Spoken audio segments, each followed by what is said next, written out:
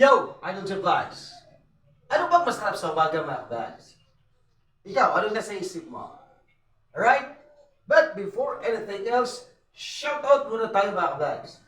Gusto ko lang magpasalamat una kay Bestor and Mrs. Ronilo Igot and family sa Basuyan, sa Buena Vista Italy.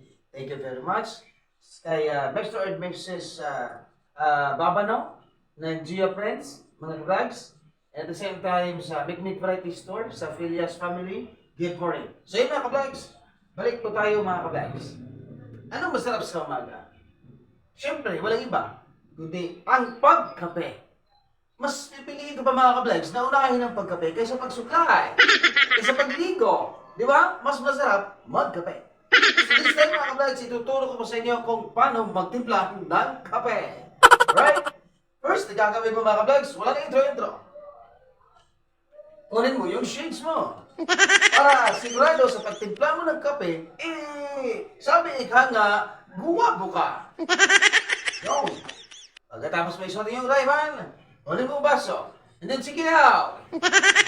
Pagkakita mo, okay yung baso. Makinis. Limpyo.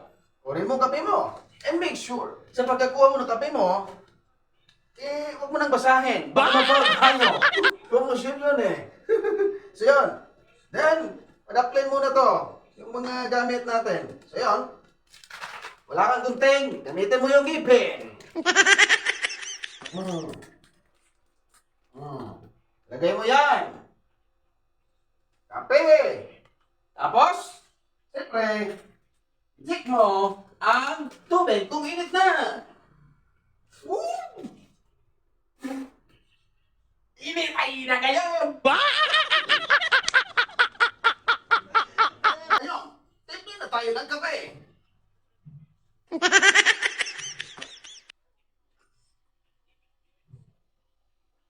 So yun mga gawa. Naitulong ko na sa inyo kung paano ang proper ng pagtimpla ng kape. So dapat,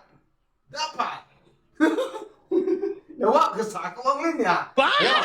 Kapag sa mga tayo dyan na pagtimpla ng kape ha, dapat pinakauna nyo gawin is magsuot talaga kayo ng rayban para sigurado na fully points. Gago! Anong tawag dito? Cellophane or wrapper ng kape? Tawag dito eh. Sayod. Sayod. Ano mo lang, lukot mo lang, then, ano mo. Ganun na pala na pagtimpla ng kape, pagka-isi-isi. Napakasarap talaga. Magkape.